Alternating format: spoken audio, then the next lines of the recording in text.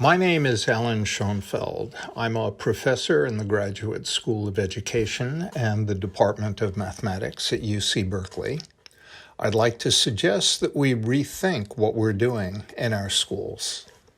A classic definition of insanity is doing the same thing over and over again in the hope of getting a different result. That's what we're doing right now in our schools, trying to conduct business as almost usual in the schools after COVID-19 hit this past spring resulted in pure chaos. It won't be any different if we continue this way. We need to push the reset button. Part of the problem is progress as we measure it. People are panicked about learning losses. We hear about schooling being set back. But as every teacher knows, a lot of academic progress is illusory. During the so-called summer slump, students forget a large chunk of what they learned the previous year. Why? Because they didn't learn or understand it deeply. They just crammed it so they could pass standardized tests. After the test, much of this so-called learning simply evaporates. What really matters? First and foremost, students' mental and emotional well-being. COVID's impact has fallen disproportionately on communities of color and people who are economically disadvantaged. COVID has magnified inequities in schooling.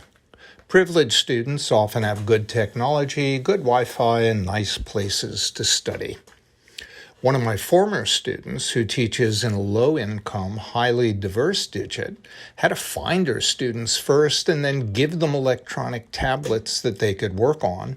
Then some of those students had to park themselves outside of schools to get a Wi-Fi signal. The current crisis magnifies long-standing inequities, making believe we can make, quote, normal progress under these circumstances without doing serious damage to the most disadvantaged students is just plain crazy. We need to find modes of schooling that support students socially and academically.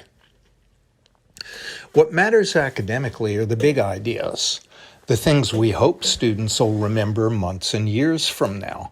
That's what we need to focus on, not the minutia we typically test and then panic about when testing reveals learning losses. Learning isn't about answer getting, it's about thinking and understanding. Some years ago, a professional mathematician visited my lab. I gave him a high school algebra problem to solve. His reaction was, "Oh, geez, I haven't seen stuff like this for 40 years. I don't remember any of the formulas." But then he asked, "What counts here? How do I fit things together?" Using basic ideas, he figured out how to solve the problem. That's what we want. Our goal is not to compel students to be test-focused memorizers. We want them to be sense makers, meaning makers, problem solvers. Pick whatever phrase works for you. And it's not true just of the sciences, it's true for the humanities as well. What does it take to grapple with the problems that surround us, such as how to deal with COVID, such as how to deal with social inequalities? Let's think expansively, viewing COVID-induced interruptions of schooling as usual as a special kind of gap year for teachers, students, and schools. This is an opportunity. Forget the small stuff. Let's figure out what we really want students to learn and focus on that.